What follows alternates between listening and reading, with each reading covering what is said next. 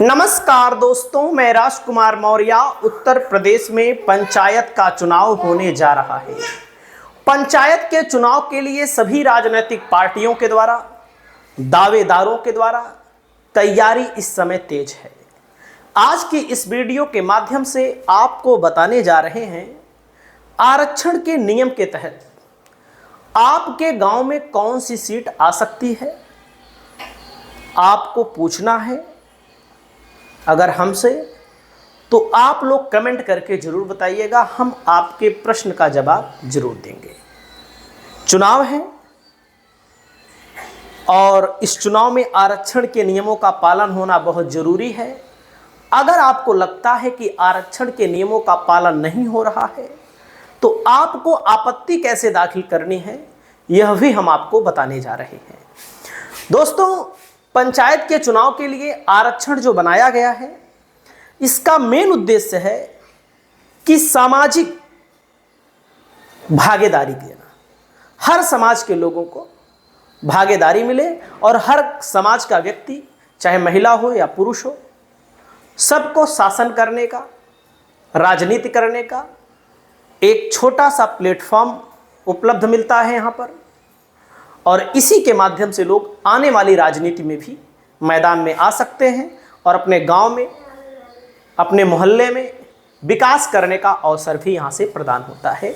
यानी कि जैसे कोई विधानसभा का चुनाव लड़ता है, लोकसभा का लड़ता है, तो लड़ने को तो कोई भी लड़ सकता है, लेकिन अगर पंचायत से निकला हुआ व्यक्ति जाता है, गांव से निकला हुआ व्यक्ति जाता है, तो कहीं ना कहीं कुछ अलग करने की कोशिश करता है। इसकी भी एक प्राइमरी कही जाती है। बाकी अलग अलग लोग अलग अलग तरीके से समझते हैं। सबसे पहला नंबर है भैया, सीटें कौन कौन सी होती हैं। सीटें जो होती हैं सामान्य।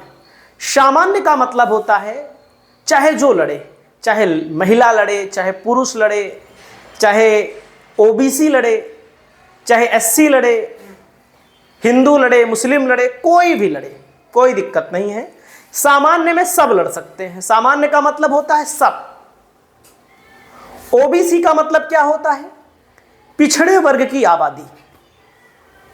जो लोग पिछड़े वर्ग में आते हैं, चाहे महिला हो या पुरुष, ओबीसी सीट पर लड़ सकते हैं। लेकिन ओबीसी सीट के लिए भी, सामान्य सीट के लिए भी महिला सीट आती है। अगर महिला आई है तो केवल महिला ही लड़ सकती है। सामान्य महिला आई है तो कोई भी महिला लड़ जाएगी। ओबीसी महिला आई है तो केवल ओबीसी महिला लड़ेगी। एससी सीट, एससी में केवल एससी वाले लोग लड़ सकते हैं, चाहे महिला हो या पुरुष।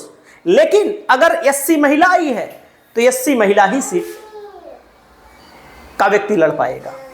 सामान्य में एससी वाला भी लड़ सकता है, ओबीसी वाला लड़ सकता है, महिला लड़ सकता है, पुरुष लड़ सकता है, सब लड़ सकते हैं। अब बहुत सारे लोग कहते हैं भैया हमारे गांव में एससी सीट आती ही नहीं है। अगर आपके गांव में पर्याप्त आबादी एससी की है, नहीं आ रही है, तो इसका मतलब कुछ लोग जुगाड़ करके सीट को एससी आने नहीं देते होंगे। उसके लिए आपत्ति दाखिल की जाती है। उसका भी नियम हम आपको बताएंगे इस वीडियो के लास्ट में। कुछ लोग कहते हैं भैया हमारे यहां ओबीसी नहीं आती है। ओबीसी की आबादी अगर आपके यहां है तो ओबीसी आनी चाहिए, काहे नहीं आती है? नियम है, रोटेशन प्रणाली का नियम है कि हर बार, अगर अब की बार सामान्य है भैया, अगर अब की बार सामान्य है तो अगली बार ओबीसी आएगी, ओबीसी है तो एससी आएगी, एससी आएगी, और किसी किसी विधानसभा, किसी किसी गांव में महिला भी आती है। महिलाओं का भी योगदान रहना चाहिए ना राजनीति में। तो सबसे पहले मैं आपको बताना चाहूंगा, अगर आपको नियम समझना है तो समझिए पहले। उसके बाद आयोग का गठन किया गया। पिछड़े वर्ग के लोग जो होते हैं उनको कोई भी समस्या है, पिछड़े वर्ग के आयोग के माध्यम से आयोग बनाया गया है और पिछड़े वर्ग के आयोग के मुताबिक आप लोग यहां पर अपनी शिकायत भी दर्ज करा सकते हैं। लेकिन जो अब की बार आरक्षण का नियम बनाया गया है 2011 की जनगणना के अनुसार, मैंने कहा अगर आपके गांव में एससी है, एससी सीट नहीं आ रही है बार बार, बार बार का मतलब है बदल जाती है। काफी दिन हो गया है तो अब की बार हो सकता है आए, अगर काफी दिन हो गया हो तो हो सकता है अब की बार आए। लेकिन आपको लगता है भैया कभी नहीं आई जब से देश आजाद हुआ है, जब से चुनाव हो रहा है। लेकिन आप चेक कर लीजिएगा अपने यहाँ कि ओबीसी आबादी आपके यहाँ है, एससी आबादी आपके यहाँ है कि नहीं। और ओबीसी के लिए देखिए, टोटल के लिए, सामान्य के लिए और एससी के लिए 2011 की जनगणना और ओबीसी के लिए 2015 का रैपिड सर्वे ओबीसी समाज के लिए हुआ था, वो नियम लागू करेगा। दोस्तों, ओबीसी की आबादी 53.33% है, कम ज़्यादा थोड़ा बहुत हो सकती है। संपूर्ण आरक्षण का 27% मिलेगा, मतलब कि जितना अगर 100 सीट होगी तो 27 पे 100% ओबीसी। बाकी ओबीसी वर्ग वाले सामान्य पे भी लड़ सकते हैं, और बहुत सारे लोग लड़ते हैं और बहुत सारे लोग जीतते भी हैं। लेकिन कुछ लोगों के दिमाग में परसेप्शन बना दिया गया है कि सामान्य आएगी तो केवल सामान्य वर्ग वालों को लड़ना है। सामान्य का मतलब सब। और एससी के लिए दोस्तों मैं आपको बताना चाहूंगा, ओबीसी के लिए 27%, एससी के लिए लगभग 21%। 100 सीट अगर आएगी, 100 ग्राम सभा है अगर आपके लिए ब्लॉक में, तो 21 एससी के लिए, एसटी के लिए 0.56 एक आध दूठू मिलेगी बस। बाकी बहरहाल एसटी आबादी जहां नहीं रहती वहां पर ये नियम नहीं है। इसके अतिरिक्त हर वर्ग की महिलाओं को कुल जितनी सीट होगी 100 में 33 सीट, 100 में 33 सीट किसके लिए? महिलाओं के लिए होती है। उसके बाद आइए चक्रानुक्रम प्रणाली। चक्रानुक्रम प्रणाली का मतलब होता है जो सीट आपके यहां आपकी बार है वो आपके यहां नहीं आनी चाहिए। जो सीट वर्तमान में है आपको याद रखना है, अगर आ रही है तो क्यों आ रही है यह आपको पूछना चाहिए। आप किससे पूछेंगे? मुंह जबानी काम नहीं होता है, लड़ाई लड़नी पड़ती है। संविधान में लड़ाई लड़ने का अधिकार दिया गया है। दोस्तों, पिछली 2 बार की नियमावली व चक्रानुक्रम नीति को ही बार बार दोहराया जाएगा। बार बार का मतलब ऐसे चलता है राउंड में। एक बार एससी आई तो अगली बार ओबीसी आएगी, ओबीसी आई तो सामान्य आएगी, बीच में एक आध बार महिला आ जाएगी। और यहाँ पर देखिए ग्राम पंचायतों का पुनर्गठन हुआ है। इसके संबंध में आप सब जानते हैं, ये सब कार्य समाप्त हो गया है।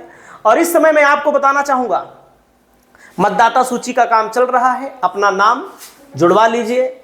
बहुत सारे लोगों का नाम नहीं है और बहुत सारे लोगों फालतू का नाम है। जो लोग मर गए हैं उन लोगों का नाम कटवाना चाहिए, ये नियम है। दोस्तों, तो देख सकते हैं ओबीसी के लिए 27%, एससी के लिए 20%, 21%, एसटी के लिए 0.56%। अब यहां पर लोग पूछेंगे भैया कि आपत्ति कैसे दाखिल करते हैं? आपत्ति का मतलब होता है, अभी बता रहा हूं। आपत्ति देखिए, प्रारंभिक सूचना का प्रकाशन होता है कि आपके यहां कौन सी सीट आई है। चेक कर लीजिए, उसके लिए बकायदा वकील वगैरह रखे रहिए, क्योंकि जरूरत होती है, संयुक्तता बनाने की जरूरत होती है। लड़ाई हक लेने के लिए लड़ाई लड़नी पड़ती है, कागजी कार्रवाई करनी पड़ती है। प्रारंभिक सूची में बताया जाता है प्रकाशन में कि इसमें कौन कौन सी सीट किस वर्ग के लिए आरक्षित है, यह बताया जाएगा। यह सूची ग्राम पंचायत, ब्लॉक ऑफिस, तहसील या ऑनलाइन, अब तो ऑनलाइन आपको मिलेगी। और उसके बाद आपत्ति की समय सीमा 3 से 7 दिन दिया जाता है कि आपको कोई दिक्कत हो तो आप आपत्ति कर सकते हैं। और पिछली बार बहुत लोगों ने आपत्ति की थी 2021 में, तो बदलना पड़ा था सरकार को। आपत्ति के लिए आवेदन कैसे तैयार करें? आवेदक का नाम, मोबाइल नंबर, पता, किस पंचायत वार्ड में समस्या है, किस कारण आपत्ति है, रोस्टर नियम का उल्लंघन, जातिगत आंकड़े गलत हैं कि महिला आरक्षण गलत सीट पर दिया गया है, आपत्ति का विधिक एवं सांख्यिकीय आधार क्या है। सांख्यिकीय आधार का मतलब है कि आपके यहाँ जो जनसंख्या है क्या वह सीट नहीं आ रही है। उसके बाद दोस्तों, आपत्ति कहाँ जमा की जाती है? ब्लॉक डेवलपमेंट अधिकारी वीडियो के यहाँ, डीपीआरओ के यहाँ, निर्वाचन अधिकारी के पास। याद रखिएगा, वीडियो उस समय निर्वाचन का ही काम देखता है, और जिला पंचायत राज अधिकारी डीपीआरओ के यहाँ, निर्वाचन विभाग के यहाँ। यह आप आवेदन व्यक्तिगत रूप से दे सकते हैं, डाक से दे सकते हैं। अब ऑनलाइन सुविधा भी उपलब्ध है आपत्ति के लिए। वहीं पर आपत्ति की सुनवाई की जाती है अधिकारियों के द्वारा। अगर आपने आपत्ति डाली है तो आप जाएंगे और आपसे पूछा जाएगा कि क्या समस्या है, और आपको बताना पड़ेगा क्या समस्या है। वहीं पर दोस्तों मैं आपको बताना चाहूँगा, आपत्ति करने में देर नहीं करना चाहिए। और अब जैसे मैं बताना चाहूँगा, ऐसे लिखना है, सेवा में खंड विकास अधिकारी, जिला पंचायत चुनाव आरक्षण सूची के विरुद्ध आपत्ति। महोदय, सविनय निवेदन है कि ग्राम पंचायत का नाम लिखिए, वार्ड संख्या लिखिए, उसके बाद यहाँ पर अपना आपसे निवेदन है कि पुरानी आरक्षण सूची लगा दीजिए, जनसंख्या का विवरण लगा दीजिए, अन्य संबंधित दस्तावेज लगा दीजिए, उसके बाद अपना मोबाइल नंबर वगैरह दे दीजिए। अब जैसे सामान्य तौर पर पूछते हैं भैया कौन सी हमारे यहाँ आएगी, इसको भी जान लीजिए। सामान्य तौर पर जैसे आप पूछते हैं, जैसे हमारे गांव में अभी ओबीसी है, ओबीसी, सिर्फ ओबीसी, महिला नहीं ओबीसी, तो अब की बार ऐसे लाइन जा रही है एससी आनी चाहिए, 100% एससी आनी चाहिए, इसमें कोई दो राय नहीं। क्योंकि पिछले 2 बार, एक बार सामान्य आई, एक बार सामान्य महिला आई, लेकिन अगर हमारा गांव उस 33% में आ गया जो महिलाओं के लिए दिया जाता है, तो ओबीसी महिला आ जाएगी। फिर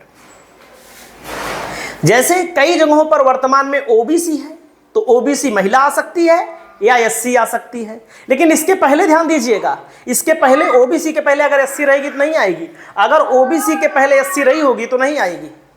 ओबीसी के पहले अगर सामान्य रही है तो अब की बार या तो एससी आएगी या तो ओबीसी महिला आएगी, लेकिन वही 33% के अंदर अगर आपका आ जाएगा तो ओबीसी महिला आ जाएगी। अब कुछ लोग पूछते हैं भाई हमारे यहाँ एससी है, तो एससी है तो पीछे क्या है, पीछे अगर ओबीसी है तो मान लीजिए सामान्य आएगी, एससी के बाद एससी महिला नहीं आएगी, लेकिन 33% में अगर आ जाएगा तो आ भी जाएगी। तो आप लोग कमेंट करके बताइएगा कि आपके यहाँ क्या स्थिति है, फिर हम आपसे बात करेंगे।